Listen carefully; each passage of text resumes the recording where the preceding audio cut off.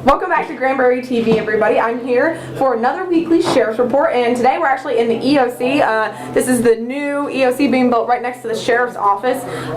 It's looking nice, Sheriff. It's looking nice. Yeah, they're ahead of schedule. They've been ahead of schedule ever since they started, and yeah, we're probably 2 weeks away from final inspection and ready to move in. It looks like, it sounds like that's what they said this morning. But we're at the front door here and getting ready to go in and show you around. Awesome. Well, let's go ahead and take the little our mini tour.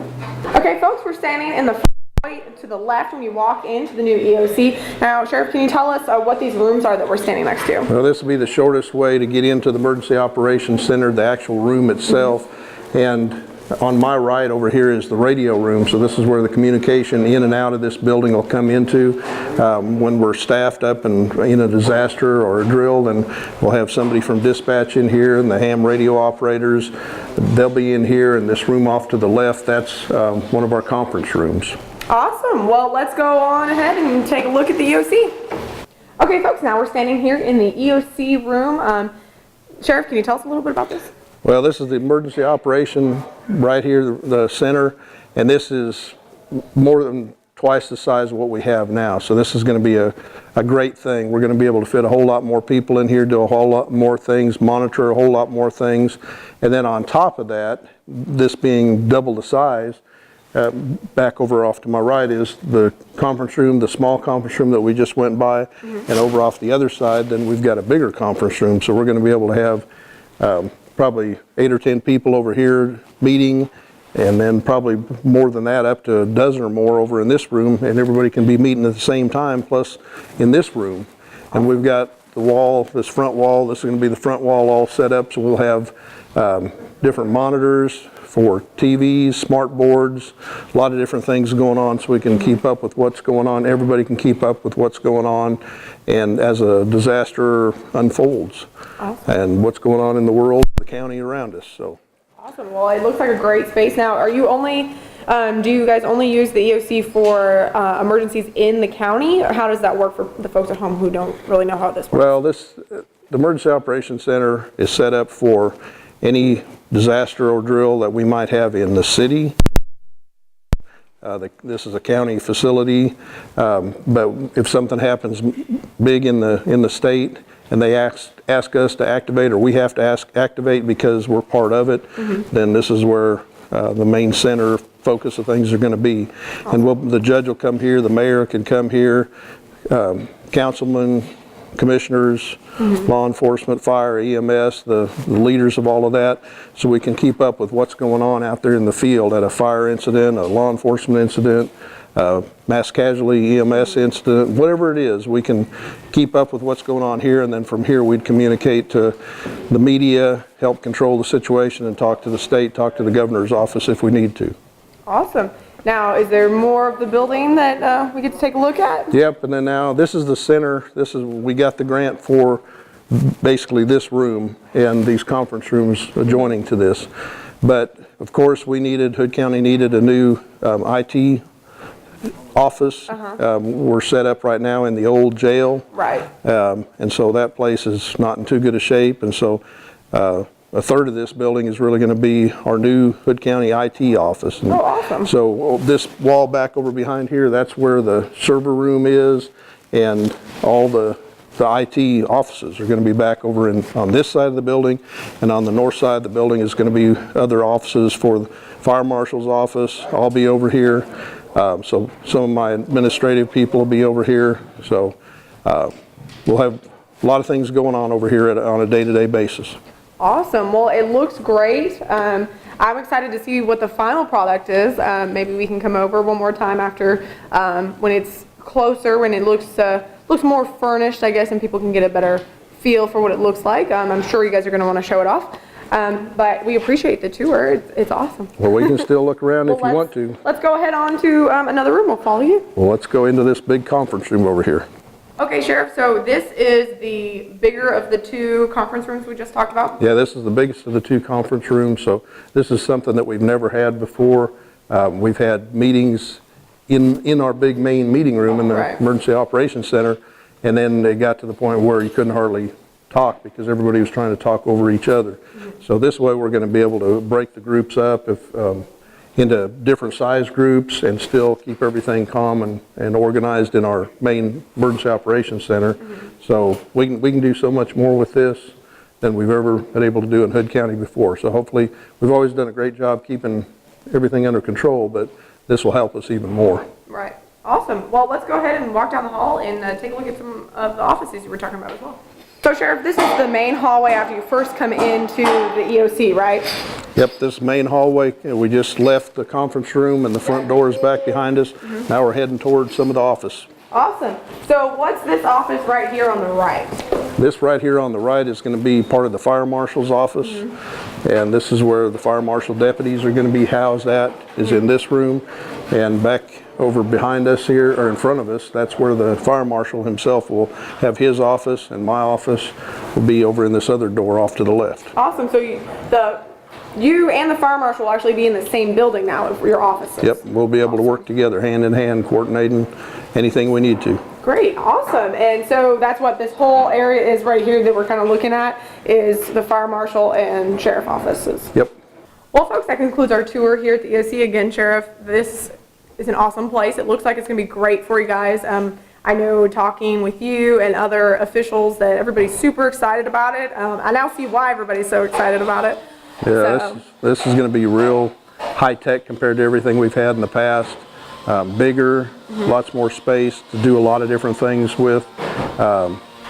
Things are going to run a lot smoother just because of how we're going to have everything laid out and set up. So I'm real excited about being able to get in here, and I know the judge, the commissioners, the fire marshal, everybody, and especially like the IT group, they're getting some pretty high-tech stuff over here, and lots of room, lots of elbow room, because where they've been working is each one of their offices is in the old jail cells. And so it's the change for them going from that to this is pretty amazing. So it's all coming together, and hopefully we'll be moved in within the next couple of 2 or 3 weeks, or maybe up to a month. awesome. Well, I know we're excited for you. Hopefully the folks at home are excited. They got to see a little sneak peek of what will be here.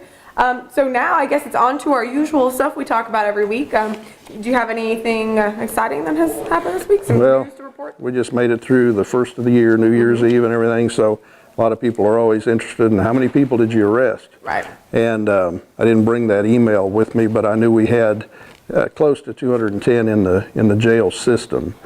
And as of today, we're back down to 191 in the system with, I think we have 40 females out of county. And so that's as many as we can get down in Somerville County. They've maxed us out, and they said don't bring any more.